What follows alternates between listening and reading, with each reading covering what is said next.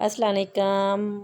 Urdu stories channel کو subscribe کیجئے، like کیجئے، شیئر کیجئے اینڈ فالو کیجئے۔ یہ کہانی ہے ایک ہاتھ کٹے شخص سے ولی اللہ کے شاگرد بننے کی۔ ایک دفعہ کسی گاؤں میں ایک چور رہتا تھا۔ وہ چوریاں بہت صفائی کے ساتھ کیا کرتا تھا، کبھی بھی وہ پولیس کی پہنچ میں نہیں آتا تھا۔ وہ جہاں بھی چوری کرتا ان کی ہر چیز چرا کر لے کے جاتا تھا، کوئی چیز نہیں چھوڑتا تھا۔ ایک دفعہ ایسا ہوا کہ وہ چوری کرتے ہوئے پکڑا گیا۔ وہ جیل میں چلا گیا۔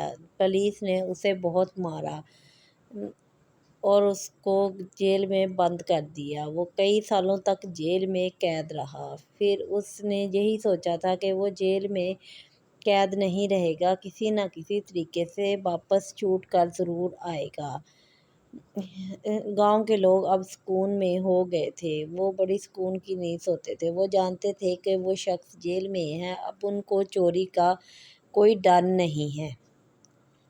وہ جیل میں بیٹھا ہر وقت ترکیبیں لڑاتا رہتا کہ کس طرح وہ واپس چھوٹ کر جائے اور واپس چوریاں کر سکے، اور وہ بہت گنہگار انسان بن گیا تھا۔ جیل میں اس کو سزا کے طور پر اس کا ہاتھ بھی کاٹ دیا گیا تھا۔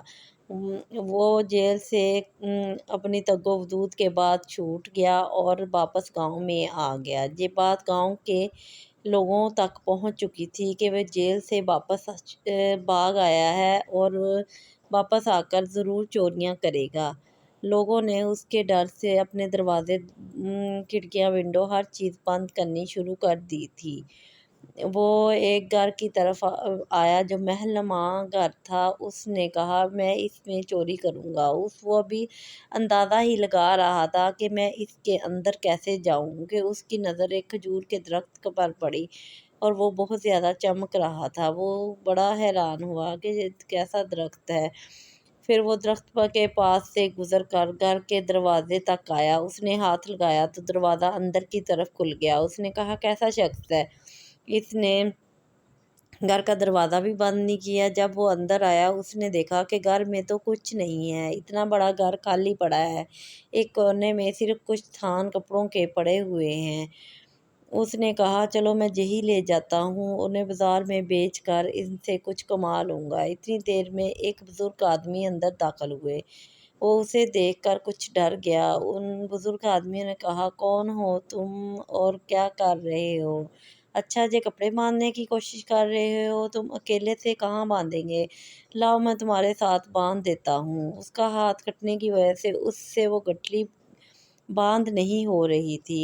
بزرگ نے اس کے کپڑوں کی باندھنے میں اس کی مدد کی تو انہوں نے کہا تم تھک گئے ہوگے، تمہیں بھوک لگی ہوگی، میں تمہارے کھانے کے لیے کچھ لے کر آتا ہوں۔ اتنی دور میں وہ دودھ اور کھجور لے آئے۔ اس نے پیا اور اللہ کا شکر ادا کیا۔ اس نے کہا یہ بزرگ کون ہے اور کیوں میری اتنی مدد کر رہے ہیں؟ وہ سمجھے شاید میرے طرح کا ایک چور ہے، مجھ سے حصہ چاہتا ہے۔ میں بھی کتنا بولا ہوں کہ یہ میں جان نہیں سکا۔ اس بزرگ نے کہا اگر تم کہو تو میں تمہیں چھوڑ آتا ہوں۔ اس نے کہا چلو تم بڑی گٹھلی اٹھا لو، میں چھوٹی اٹھا لیتا ہوں۔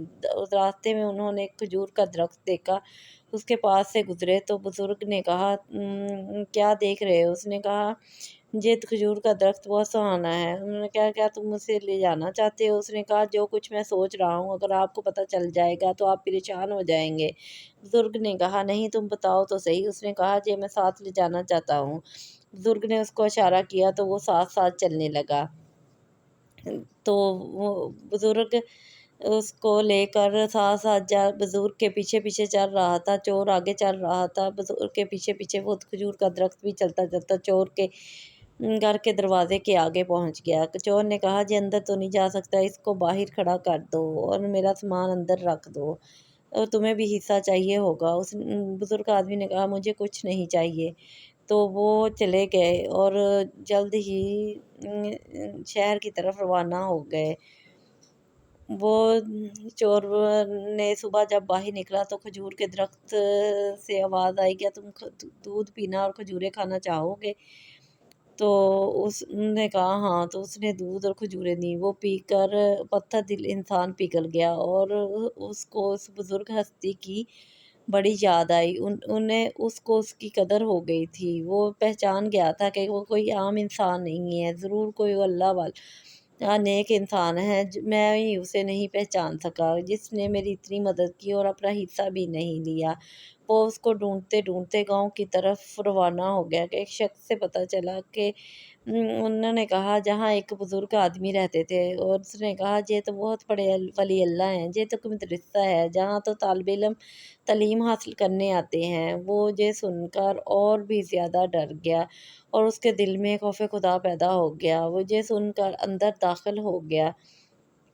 اس نے دیکھا کہ وہ بزرگ ہستی ویسے ہی بیٹھی ہوئے ہیں اور بچوں کو تعلیم دے گئے ہیں۔ اسے دیکھ کر ذرا بھی پریشان یا غم اور رنجیدہ نہیں ہوئے۔ اسے کہا آؤ بیٹھو، کیسے آنا ہوا ہے؟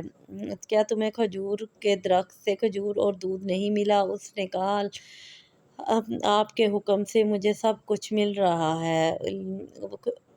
ان بزرگوں نے کہا کہ وہ میرے ہی حکم سے بولا تھا اور پوچھا تھا تم سے، اور اس نے تمہیں میرے ہی حکم سے دودھ اور اللہ کے فضل و کرم سے کھجوریں دی تھی۔ وہ شاگرد بڑا شرمندہ ہوا۔ اس نے کہا میں آپ کو کیا کچھ سمجھتا رہا، میں نے آپ کو راستے میں مارا بھی تھا کہ آپ میری گٹھی لے کر گر گئے تھے۔ بزرگوں نے کہا نہیں، کوئی بات نہیں، تم پریشان نہ ہو۔ وہ یہ سب دیکھ رہے تھے کہ وہ سجدے میں گر گیا اور ان سے معافیاں مانگنے لگا۔ انہوں نے کہا معافی تو تمہیں رب سے مانگنی چاہیے، جس نے تمہیں پیدا کیا ہے، اس کا شکر ادا کرنا چاہیے۔ یہ سنتے ہی وہ مسلمان ہو گیا اور اب ان کے خاص شاگردوں میں شامل ہو گیا۔ بزرگ نے کہا اب تمہارا ہاتھ بھی ٹھیک ہو جانا چاہیے۔ انہوں نے کچھ دعا پڑھی اور اس کے ہاتھ پر پھیری تو اس کا ہاتھ بالکل ٹھیک ہو گیا۔ انہوں نے رب کا شکر ادا کیا، رب جسے